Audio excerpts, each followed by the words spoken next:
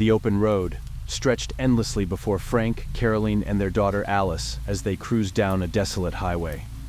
The sun had dipped below the horizon, and the encroaching darkness turned the surrounding landscape into a blur of shadows. Frank tightened his grip on the steering wheel, feeling an uneasy stillness settle over them. Out of nowhere, a figure appeared in the middle of the road, a woman, clutching a small child. Frank's heart leaped into his throat as he slammed on the brakes. But it was too late. The car struck the woman with a sickening thud. He lost control, the vehicle careening off the road and smashing into a tree. The impact left the family shaken, but, miraculously, unharmed.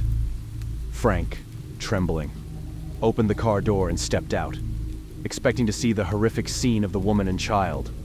But there was nothing. No bodies, no blood, just the eerily silent road, and the oppressive weight of confusion pressing down on him.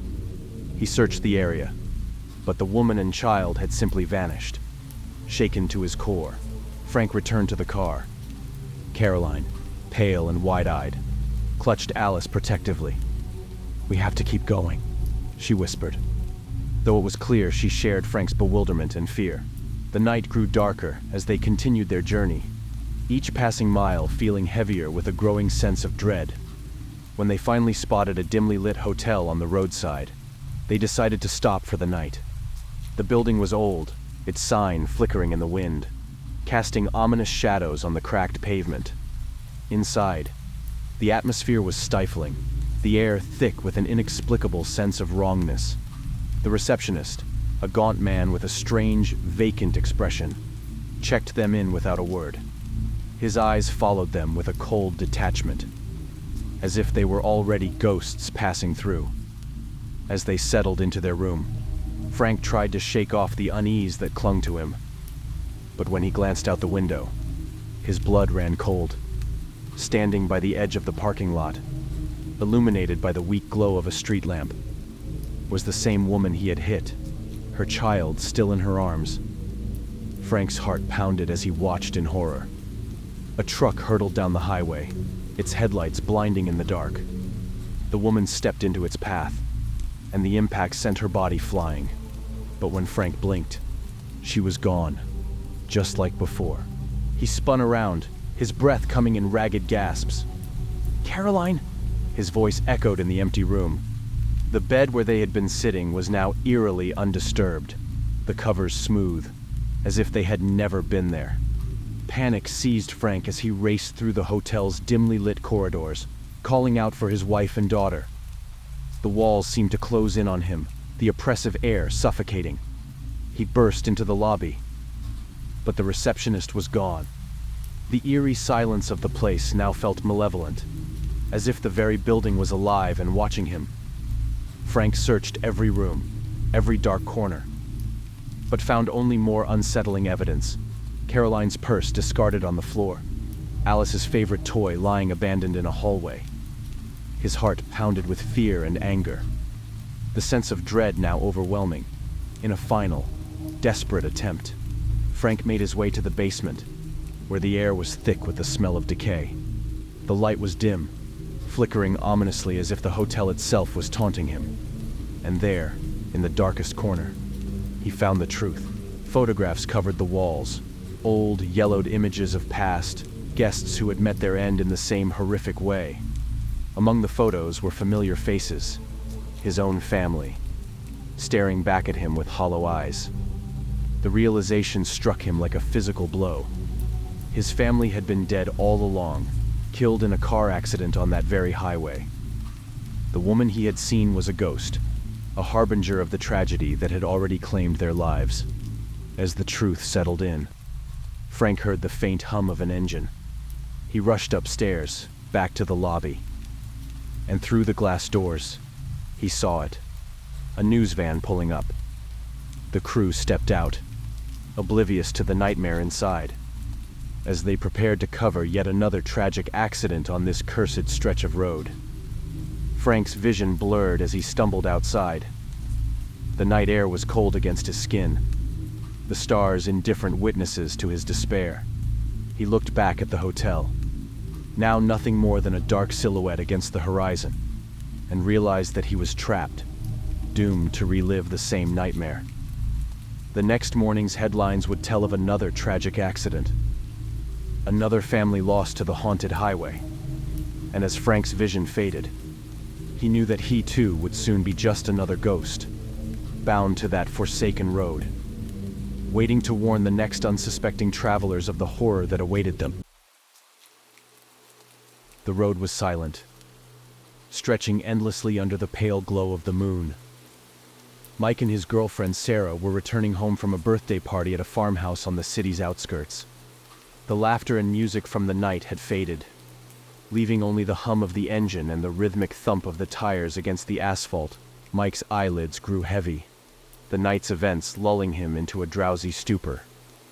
The road seemed to blur, the lines blending into the darkness beyond the headlights, just as sleep threatened to overtake him.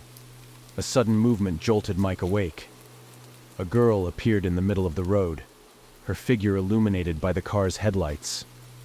Mike's heart leaped into his throat, his hands instinctively yanking the wheel to swerve. But it was too late. The car collided with a sickening thud. The impact sent a jolt through the vehicle, and Mike's world spun into chaos. He slammed on the brakes, skidding to a stop. For a moment, there was only silence, broken by the rapid thudding of his heart in his chest. "Oh my God," Sarah whispered, her voice trembling. "What did we hit?" Mike's hands shook as he unbuckled his seatbelt and stepped out of the car. The night air was cold, biting into his skin as he approached the front of the car. His breath caught in his throat as he saw her. A girl, no older than 16, lay on the road, her lifeless eyes staring up at the night sky. But what froze Mike in place was the horrifying sight of her body, split in half at the waist, only her upper torso lying on the cold asphalt. The lower half was nowhere to be seen. Panic surged through him. He backed away, his mind racing with 1,000 thoughts. "Get back in the car, Mike," Sarah called out, her voice trembling with fear. But Mike couldn't tear his eyes away from the gruesome sight. Then, as if pulled by some unseen force, his gaze shifted to the rearview mirror. His breath caught in his throat. The girl's upper half was no longer on the road. Instead, it was moving, dragging itself across the asphalt, inching closer to the car with an unnatural speed. Her dead eyes locked onto his, filled with an icy vengeance. Mike stumbled back into the car, slamming the door shut. "Drive, Mike! Drive!" Sarah screamed, her voice breaking with terror. Mike didn't need to be told twice.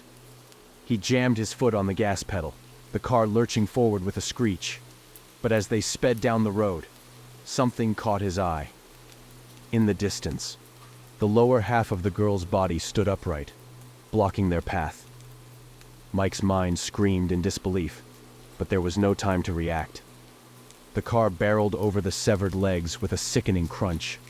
The tires screeched, and the car swerved wildly, barely staying on the road. Before Mike could regain control, a force slammed into the windshield. The upper half of the girl's body crashed into the glass, her bloodied hands clawing at the surface, her face a mask of rage and pain. The car veered off the road, flipping over and over before finally coming to a stop in a twisted heap of metal. Everything went black. When Mike awoke, he was in a sterile hospital room, the beeping of machines the only sound breaking the silence. Pain coursed through his body, but it was nothing compared to the cold dread that settled in his chest. He tried to sit up, his heart pounding as memories of the night came flooding back. A doctor entered the room, his face grave. "You're lucky to be alive, Mike," he said. "But, I'm sorry, Sarah didn't make it." The words hit Mike like a punch to the gut. Tears welled up in his eyes as the reality of the situation crashed down on him. Sarah was gone, and the horrific events of that night were burned into his mind. An endless nightmare from which there was no escape. Days passed, but the terror didn't fade. Every night, Mike was haunted by nightmares, visions of the girl. her severed body chasing him through dark, twisted roads. Each time, she would catch up to him, her cold, dead eyes boring into his soul as she whispered the same haunting question. "Where are my legs?" The question echoed in his mind, a taunting reminder of the horrors he had witnessed. Sleep became a distant memory, replaced by the paralyzing fear that the nightmares would follow him into the waking world. Every shadow, every creak of the floorboard sent him spiraling into panic, convinced that the girl was coming for him. As the days turned into weeks, Mike's sanity began to unravel. He withdrew from the world, haunted by the constant fear that the girl, or whatever she had become, was still out there, waiting to claim her revenge. One night, as Mike lay in his bed, drenched in sweat, he heard a familiar sound, the faint scraping of something being dragged across the floor. His heart raced as the sound grew louder, closer, until it stopped just outside his door. Mike's breath caught in his throat as the door slowly creaked open. In the darkness, he saw her, the girl, her mutilated body silhouetted against the faint light from the hallway. Her eyes locked onto his, and a twisted smile spread across her face. "Where are my legs?" she whispered, her voice a chilling echo that would haunt him for the rest of his life. Mike's scream filled the air, but no one would ever hear it. He was trapped in his own personal hell, a prisoner to the ghostly vengeance that would never let him escape. The night was heavy with rain, the kind that blurs the world into a wash of gray and black. Edward cursed under his breath. His bike stood lifeless, refusing to start. Frustration bubbled within him. It was his wedding anniversary. He should have been with Elena, not stranded in the city. The universe was punishing him for staying late at work. The bus stand was a ghost town, the city's usual chaos drowned out by the relentless downpour. Only the rhythmic patter of rain on the metal roof and distant thunder broke the silence. Edward stood there, soaked to the bone, when a figure emerged from the shadows. The man was an odd sight. A long coat, wide-brimmed hat, and sunglasses at night. He held an umbrella, offering Edward shelter from the rain. The man's presence was unnerving, but Edward was too cold, too exhausted to care. He nodded his thanks, though the man's silence sent a chill down his spine. "Strange night, isn't it?" The man finally spoke. His voice was rough, like gravel scraping against metal. "The world is full of dualities, light and dark, life and death, reality and what lies beyond." Edward frowned. The words were cryptic. He glanced at the man's face, but the shadows from his hat and sunglasses obscured his features. Something was wrong, something Edward couldn't place. He dropped his phone as he shifted uncomfortably. Bending down to pick it up, he froze. The man had no legs. His body hovered inches above the ground, a thin mist swirling where his feet should have been. Edward's heart pounded. Slowly, he straightened, mind racing. He took a step back, then another, trying to distance himself from the man. But no matter how far he moved, the man stayed close, that unnerving smile never wavering. "Where are you going, Edward?" The man's voice dripped with dark amusement. Edward hadn't told him his name. Panic surged. Edward turned and ran. The rain stung his face. He didn't care where he was going. He just had to get away. But no matter how fast he ran, the man was always there, just out of the corner of his eye. He stumbled into the bus stand, gasping for breath. People crowded around, trying to board the arriving bus. Relief washed over him. He wasn't alone anymore. But then, he saw the man again, closer than before. The sunglasses were gone, revealing pitch-black eyes, oozing blood, staining his pale skin.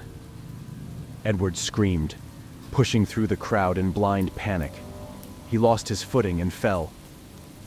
The world spun as he hit the ground.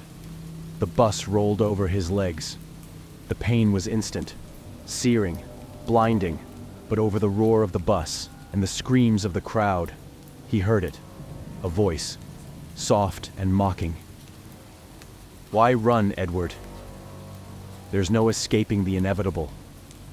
When Edward awoke, he was in a hospital bed, pain dulled by drugs, but reality hit him like a freight train. His legs were gone, crushed beyond repair. Tears welled up as ℏ𝕝𝕚𝕚 sat beside him, her face pale. "No one believes me," he whispered, his voice cracking. "That man. He took my legs." Elena tried to comfort him, but her heart was breaking. The doctors thought Edward was losing his mind, but Elena knew her husband. The fear in his eyes was real.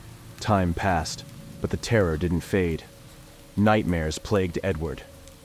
The black-eyed man haunted his dreams, whispering, "Where are your legs, Edward?" The question echoed, driving him mad. He couldn't escape that night. It consumed him, desperate for answers. Elena researched. She found a story from 10 years ago. Another man. The same bus stand, the same rainy night, the same encounter with a legless man. History repeating. A curse that claimed a new victim each monsoon. Edward never recovered. The fear, the nightmares, the haunting memory of that night. It all became too much. He slipped into a deep depression. And one day, he simply didn't wake up. The doctors said it was natural causes, but Elena knew the truth. The man had taken more than his legs. He had taken his life. Years passed, but Elena couldn't let go. She returned to the bus stand every monsoon, hoping to see the man who stole her husband. But each year, the rain came and went, and the bus stand remained empty. The truth eluded her, slipping away like the rain that fell every monsoon. The man with no legs was gone, but his presence lingered, a dark shadow haunting Elena's every moment. As she stood at the bus stand, year after year, she couldn't shake the feeling. He was still out there, waiting for his next victim. The winter night in the Cotswolds was brutal. The cold gnawed at everything. The fog thickened with every mile. Jason Aldean, a seasoned truck driver, was driving home. His truck rumbled through the winding roads. The mist swallowed everything, leaving only the dim glow of headlights. As he rounded a bend, Jason's headlights caught something. A figure standing by the side of the road. The fog played tricks with his vision. But as he got closer, he saw her. A woman in a red dress. Her attire stark against the frozen landscape. She raised her hand, signaling him to stop. Jason hesitated, but he pulled over. The woman approached, her face shrouded in fog.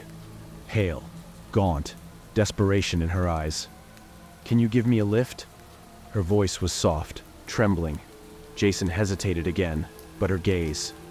He nodded. She climbed into the truck. They drove in silence at first. The woman fidgeted nervously, glancing out the window, then back at Jason. "Could you take me a little further ahead?" Her voice had a strange urgency. She wouldn't say where, just a bit more distance. Jason agreed, but unease settled in his gut. The fog thickened. The road ahead vanished in the white abyss. The silence in the cab was suffocating, broken only by her occasional requests. A bit further, just a bit further. After an hour, she asked him to stop, by a large tree. It loomed in the darkness, its branches twisted, skeletal fingers against the fog. Jason's heart pounded. He stopped the truck, watched her step out. She moved to the tree. Jason watched in horror as she tore a piece of her red dress. She fashioned it into a noose, swift, practiced movements. "Please don't," Jason pleaded. His voice cracked. "What are you doing?" She ignored him. As she hung the noose from a branch, she laughed, a high, maniacal sound. Chills ran down Jason's spine. The laughter didn't stop, even as she slipped the noose around her neck and tightened it. Jason's eyes widened in horror. She hung there, swaying slightly. Her laughter echoed through the fog. He couldn't move, couldn't speak, paralyzed by fear. Finally, Jason snapped out of it. He sped away, heart racing. He glanced back, saw her form fading into the mist. But as he drove, she appeared again, standing in the road ahead, her red dress glowing in the headlights. Panic surged. Jason slammed on the brakes, but she kept appearing, more ghostly, more distorted, desperate to escape. He drove recklessly, swerving wildly, reciting prayers under his breath. The truck careened down the road, fog swirling around like a living entity. Jason's vision blurred. His mind succumbed to fear, exhaustion. Suddenly, everything went black. The truck skidded off the road, crashing into the trees. When Jason awoke, he was surrounded by emergency responders. Passers-by had found the wreckage. Jason was shaken, but alive. The memory of that night haunted him. He recounted his experience. Locals exchanged knowing glances, murmured about the road's dark history, accidents, strange occurrences that plagued it for years. Jason took an extended break from work, his nerves frayed, his spirit broken. He vowed never to travel that road at night again. His trust in the world shattered by the ghostly encounter. Each winter, the memory of the woman in the red dress haunted his dreams, a reminder of the supernatural terror he narrowly escaped. Gratitude filled him for having survived. He believed it was divine intervention, but the foggy, desolate road remained a dark, haunting reminder of the night he came face to face with the unexplainable. On July 23, 2021, Heathrow was a mess of rain and thick fog. Flights were delayed. The night felt endless. Sophia, an air hostess, was among the last to leave the terminal. The cold air clung to her skin. She scanned the row of taxis. Most were gone or occupied. But then she saw it.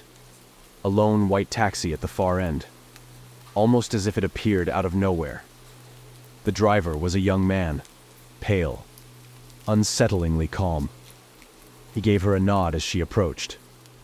"Harlington," she said, sliding into the back seat, relieved to finally be heading home. The driver gave a curt nod and pulled away from the curb. The ride started normally, rain tapping softly against the windows. But as they left the city lights behind, Sophia noticed the streets growing darker, the buildings fewer and farther between. The road ahead stretched endlessly, swallowed by shadows. She leaned forward, unease creeping in. Is this the quickest way? The driver's eyes met hers in the rearview mirror. Cold, distant. "Shortcut," he muttered, his voice flat. Sophia settled back into her seat, trying to shake off the creeping dread. The road was taking them through an area she'd only heard about in passing. A place with a reputation for strange, unexplainable events. Locals whispered about it, especially after dark. She glanced out the window. The scenery unfamiliar, unnerving. Twisted trees lined the road. The fog thickened, blurring the world outside. And then, almost to break the silence, the driver spoke, his tone low, unsettling. "Humans are such fragile creatures," he said. "So easy to break, so full of fear. It's pathetic." A chill ran through Sophia. She forced a laugh. "Well, that's one way to look at it." His eyes flickered back to the mirror, a sinister gleam in them. You don't get it, do you? I'm not human. The words hung in the air. Sophia's laughter died in her throat. Before she could respond, the car jolted violently, coming to a dead stop. The engine sputtered and died, leaving them in oppressive silence. "What the hell?" she muttered, her heart pounding. The driver got out without a word. Sophia hesitated before following. The fog seemed to close in around them, the air thick with a heavy, unnatural quiet. As they stood by the hood, she tried to fill the silence, her voice trembling slightly. "You know, this reminds me of a story," she began, forcing a smile. "There was a taxi driver who picked up a young woman late at night. She was beautiful, dressed in white. But as they drove, he realized something was off. She didn't speak much. I just stared out the window. And then, out of nowhere, she started telling him a story about a girl who died in a car crash on that very road." Sophia paused, gauging his reaction, but he just stared at her, expression unreadable. "She said the driver was never found, and some say he's still out there, picking up passengers," Sophia continued, her voice dropping to a whisper. "But here's the twist. When the driver looked back, the girl had disappeared. Some say she was the ghost, reliving her last moments over and over again." The driver's gaze darkened, his knuckles white as he gripped the hood. The tension between them was palpable, the air thick with anticipation. Suddenly, the car's engine roared to life. The headlights flickered on without the key. The driver whirled around, his face pale with shock. "How did—" But when he turned back to Sophia, she was gone. Panic surged through him. He frantically searched the empty road, the eerie silence pressing in on him. His breath came in ragged gasps as he stumbled back into the car, slamming the door shut. The vehicle, now seemingly possessed, lurched forward, speeding down the deserted road. Heart pounding, he didn't stop until he reached his home. Throwing the car into park, he sat trembling in the driver's seat. The weight of what had just happened crushed down on him.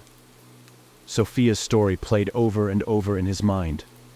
Had she been the ghost all along? Had he just encountered something far beyond his understanding? From that night on, the driver never worked the night shift again, his mind haunted by the memory of Sophia's vanishing act. The white taxi remained parked in his driveway, collecting dust. A silent reminder of the night he came face to face with something not of this world. If you come for the first time, please make sure to subscribe.